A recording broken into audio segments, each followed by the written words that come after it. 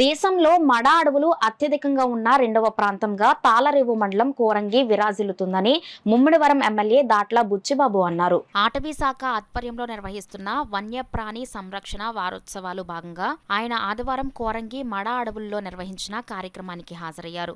Forest ranger Varaprasad ఆధ్వర్యంలో విద్యార్థులకు మడ అడవుల సంరక్షణ, వన్యప్రాణులను ఎలా కాపాడాలి, ప్రకృతిని ఎలా ప్రేమించాలి తదితర అంశాలపై పోటీలు నిర్వహించారు. విజేతలకు బహుమతులు అందజేశారు. ఎకో డెవలప్మెంట్ కమిటీల ద్వారా ఇక్కడ 20 లక్షల రూపాయలు ఉన్న ఆదాయం 1,77,00,000కు పెంచడం జరిగింది అని ఎమ్మెల్యే వెల్లడించారు. ఇందులో 50% ఈ కమిటీలు ఇస్తారని తెలిపారు.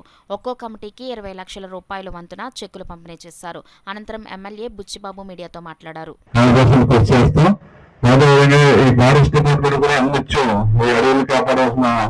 బాధ్యత ఉంది కాబట్టి మీరందరూ కూడా బాధ్యతగా పనిచేయాలి.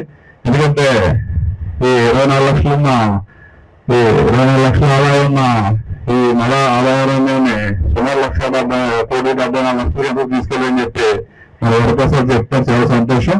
దాన్ని మరింతగా డెవలప్ చేయడం మన టూరిజం. ఎందుకంటే మన జిల్లాలో అత్యంత తక్కువ టూరిజం ప్లేస్లు ఎక్కువ ఉన్నాయి కానీ టూరిజం డెవలప్ చేయడం తక్కువైంది.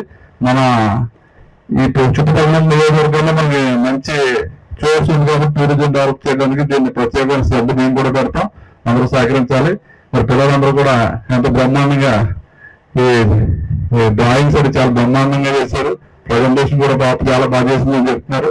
చాలా సంతోషం. మీ అందరూ కూడా మరింత వృద్ధిలోకి రావాలి.